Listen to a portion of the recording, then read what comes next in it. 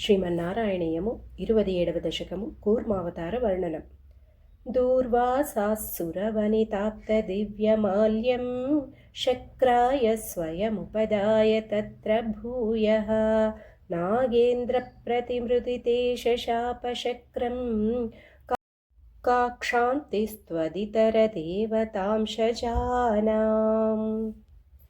శాపేన ప్రथितजरेऽथ निर्जरेन्द्रे देवेष्वप्यसुरजितेषु निष्प्रभेषु शर्वाद्याः कमलजमेत्य सर्वदेवा निर्वाणप्रभवसमं भवन्तमापुः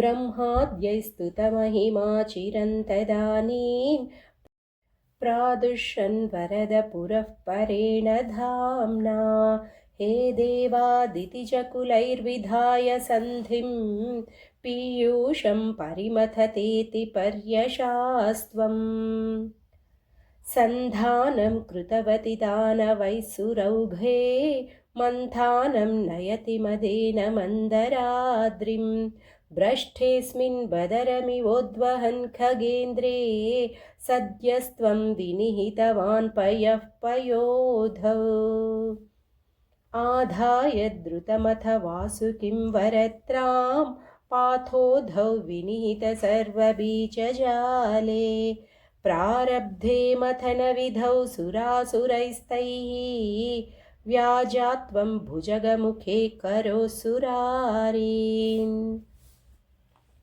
क्षुब्धाध्रौ क्षुभितजलोदरे तदानीं दुग्धाब्धौ गुरुतरभारतो निमग्ने देवेषु व्यथिततमेषु तत्प्रियैषी प्राणैषी कमठतनुं कठोरपृष्ठाम् वज्रातिस्थिरतरकर्परेण विष्णो विस्तारात् परिगतलक्षयोजनेन अम्बोधे कुहरगतेन वर्ष्मणा त्वं निर्मग्नं क्षितिधरनाथमुन्निनेथ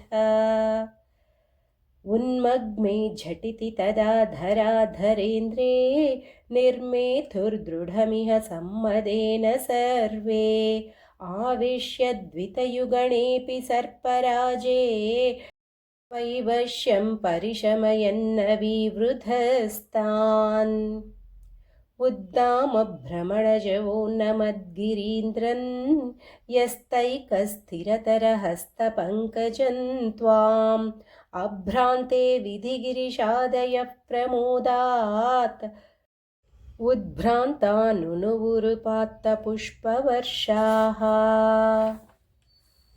दौत्यौघे भुजगमुखानिलेन तप्ते तेनैव त्रिदशकुलेऽपि किञ्चिदार्ते कारुण्यात्तव किल देववारिवाहः प्रावर्षन्नमरगणान्न दैत्यसङ्घान् उद्भ्राम्यद्बहुतिमिनक्रचक्रवाले तत्राब्धौ चिरमथितेऽपि निर्विकारे एकस्त्वं करयुगकृष्टसर्पराजः सम्राजन् पवनपुरेश पाहि रोगात्।